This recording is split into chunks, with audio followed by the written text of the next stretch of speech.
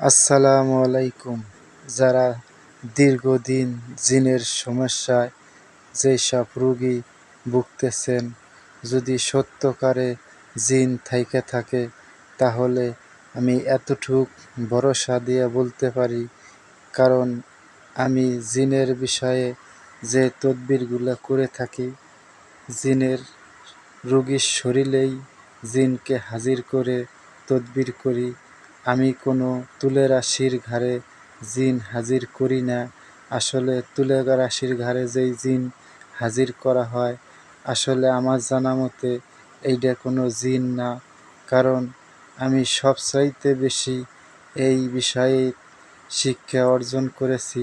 কারণ সত্যকারেই যদি জিন কারো শরীরে থাকে, তাহলে আমি এতটুক ভরসা দিতে পারি, আল্লাহর রহমতে ওই রোগীর শরীরেই হাজির করে তার সমস্যাকে সমাধান স্থায়ীভাবে করা হবে।